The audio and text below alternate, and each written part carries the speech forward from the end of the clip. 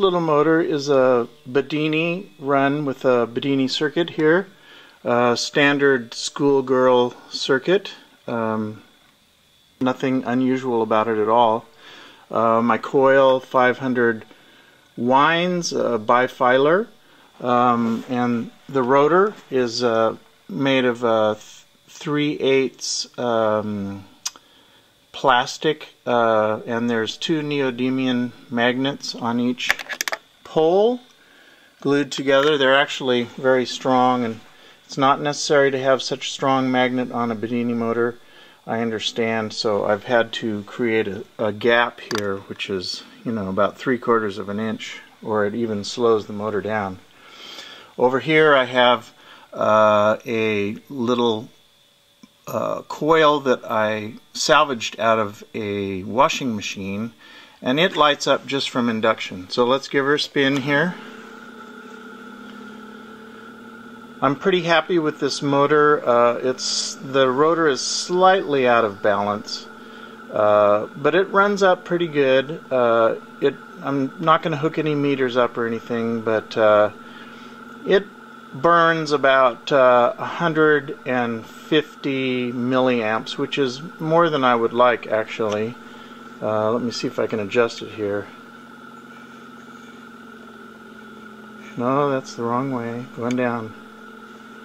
So anyway, it doesn't spin very fast. I think because the rotor has 6 poles and it's a larger diameter, so it doesn't spin up nearly as fast as a lot of those other projects that you see on the internet. I'm really happy with this motor, except for it seems to burn more energy than I thought it would.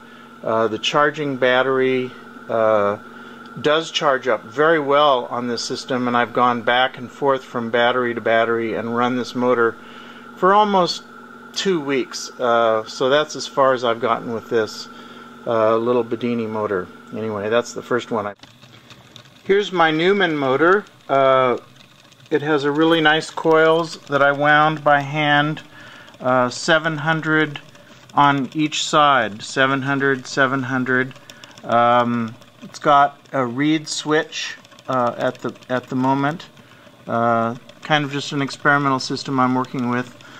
Standard SSG bedini circuit, and the daft man's plan for using the reed switch in there.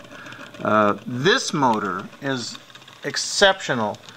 It only uses 25 milliamps, which, like, that's amazing, you know, I think. And it runs and runs and runs. These 2 batteries, I've never even switched batteries, and it's just run for like a couple of weeks at least. I haven't even made any measurements. But anyway, it's running. The problem with this motor is, as opposed to the first one, it uses really low milliamps to run 25 as opposed to 150 or 175 on the other one. And but I haven't seen much charging in this battery. It just doesn't go up. It doesn't charge really at all, basically. So I thought maybe I could collect a little more energy. There's a coil in here underneath. Let me stop it and pick it up. See, the coil under here actually is down in there, and then I had it running to a rectifier here, and I was charging a little battery, and I got a little bit off of that. It can run a neon light or something. No big deal. So the next phase, I don't know what it would be. Maybe not the reed switch system. I'm not sure. Anyway, if you got any ideas for me. Exceptional motor, though. I mean, it has some torque to it, and it runs really slow. I may try 4 volts and see what happens. Now here's a fun little motor. I have really enjoyed this. It's another little bedini circuit. There's a 1-inch neodymium ball magnet. It's very strong, and a coil of about 250 winds hooked up to another just SSG circuit. Very standard bedini stuff. But check this out. Whoa! It just jumped right in there. This is actually the armature is the ball, and as you can see it really runs. You can stop it and start it just like nothing almost.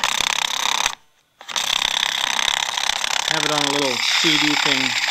And then there is a lot of friction involved. This motor burns more energy than the other two. About 275 milliamps. But this thing can rev up. Check it out. That thing is humming.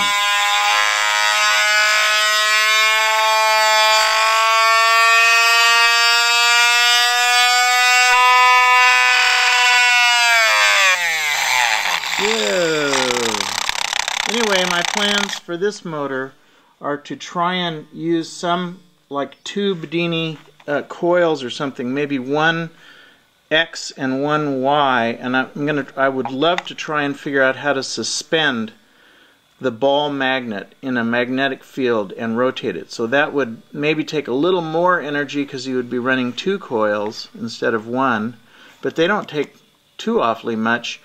And then, but it would reduce the friction just like to almost nothing, it seems like. So it's a worthy experiment. If anybody else wants to collaborate on this, I would love to have other people, you know, helping work on this. I don't always have so much time or whatever. But an amazing little magnet motor, and it's just, I figured it out one night. I just had this coil from another motor, and the ball magnet fit in there, and I decided to just see what would happen. And I could hardly sleep that night. I was so excited about the possible implications of this motor. So let me know what you think. Anybody have any other ideas? I did check it out, and you know, other people are working on this same thing. I just happened upon it, but you know, parallel evolution or whatever. Little bedini motor, ball magnet. Okay, this is the last motor I'm going to show today. It's not finished yet. It's a window motor. It's got 6 poles. There are 6 north, south, north, south, north, south on an armature, which is pretty heavy actually. I'm not very happy that the armature is really, you can hear it. It's just not very well balanced. I don't have a machine shop, so that's the main problem. But it does like run up with my little coil, which I was just showing you on the ball magnet motor. I'm going to try and get it going and then show you how this thing runs. Okay, right now it's just running on my little bedini magnet. It's a bifilar coil. I'm just holding it next to it. It's running up. As you can see, it does have some speed to it, you know. I can hardly wait to get the coils wound around it, and by that time I'm going to use the half bipolar circuit on this one, and I think it'll run up even faster, but I don't know, it may shake itself apart before it does that.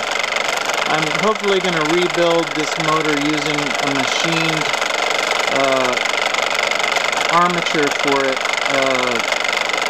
because I think this might be the ticket to power generation. And you know, I've never reached overunity or anything. I don't even know if it's possible, but I think with this motor it gives me the possibility of